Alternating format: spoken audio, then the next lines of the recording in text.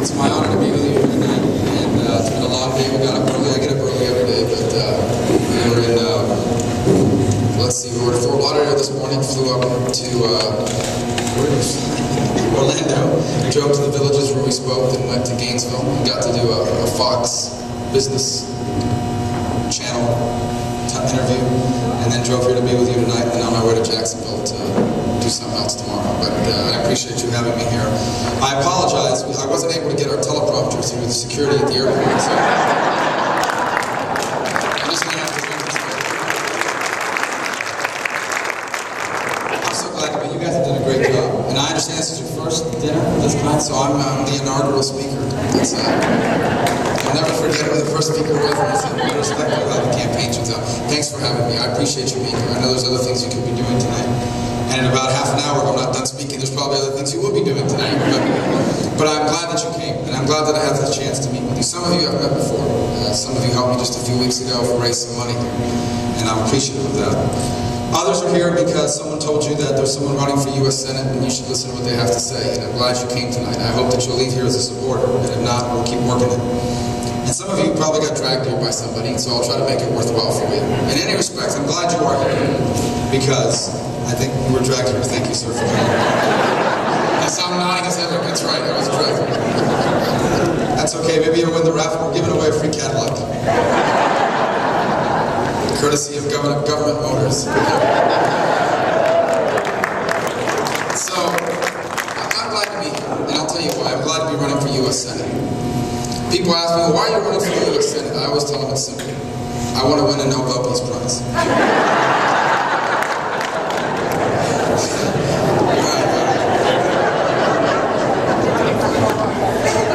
All kidding aside,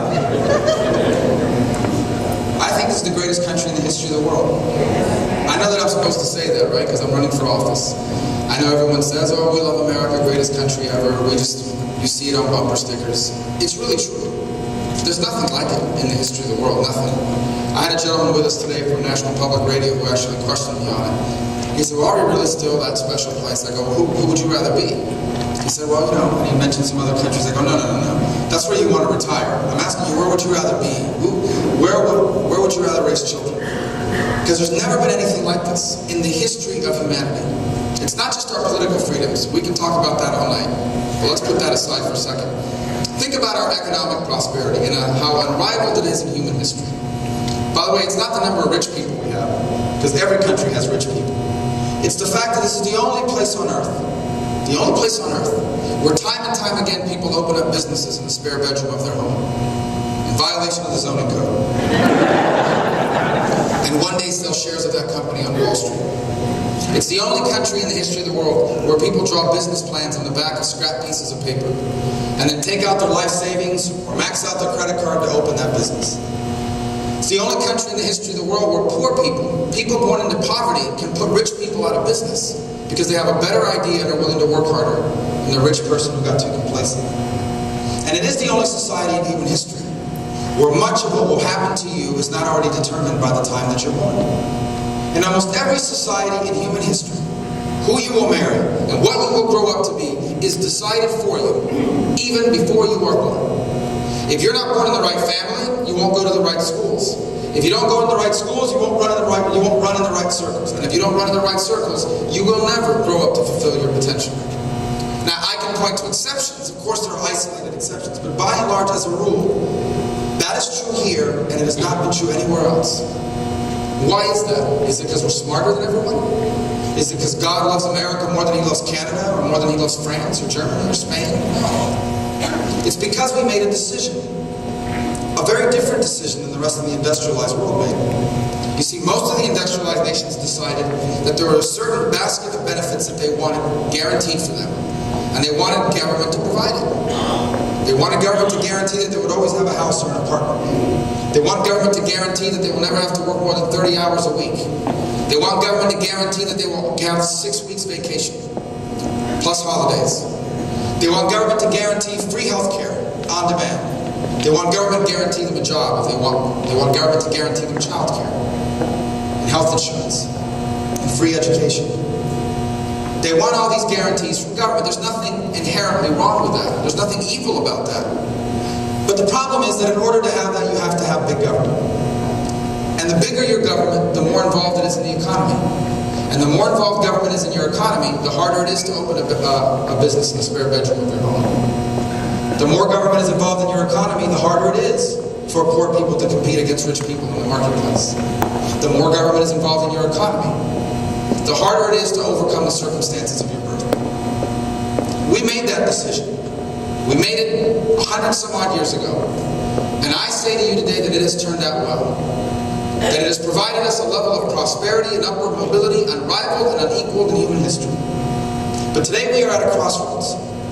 Because those in charge of American government, both in the White House and in Congress, are telling us that that upwardly mobile America, that vibrant place where anyone from anywhere can become anything, is no longer possible.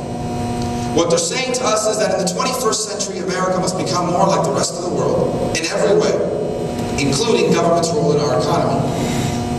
It's not evil to say that. It's not immoral to say that. But in my mind, it is a departure from our heritage and a departure from what has worked well for us. I'm running for U.S. Senate because I believe we need people in Washington, D.C. that will stand up and say you were wrong about the direction you want to take our country. And people that will stand up and offer an alternative to the American people. We need to send people to Washington, D.C. that will go there and say, if we choose that path, we will lose everything that has made us unique in human history. And I want people that believe with all their heart that our future, as great as our history has been, our future has the potential to be even greater. But not if we abandon the things that have made us a special and exceptional nation. We need people to go to Washington, D.C. that will do and say that. And I'm running for U.S. Senate because I'm here to tell you there is no one else running that will do that. No one else who will do it. If there were, I would let them run. I assure you there are easier things to do in life than to run against the incumbent governor of your own party in your own state. So it's certainly not the logical next step. I'm not doing this because I want a title, because if I wanted a title, there are a lot of other political positions I could have run for in 2010 that would have been a lot easier. And as good as that chicken was tonight,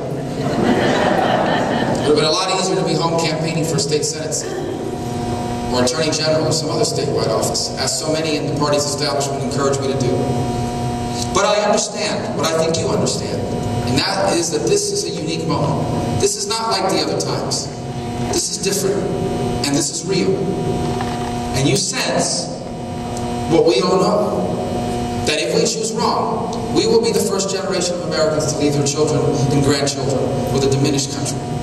Something that has never happened in American history. And for Americans, that has to be particularly solemn. Because you see, we get criticism. People always say Americans don't have a common heritage. We all come from different places. We all come from different, even in America, there's like 15 different Americans. Look, there's cultural diversity in America in terms of where we come from. There's certainly, differences. My parents came from Cuba, your parents or grandparents came from somewhere else. But we do have a common heritage. You know what our common heritage is? Every single person in this room, every single one of you, without exception, can trace your lineage back to somebody who came here because they could not be who God meant them to be in their home country. They could not accomplish their God-given potential and ambition in the nation of their birth. And so they came to a place where that was possible. Maybe your parents or grandparents or great-grandparents were born into working-class families.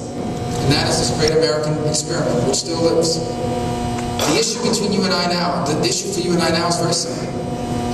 Will this exceptional society survive at least one generation more? Or will it end with our children's generation?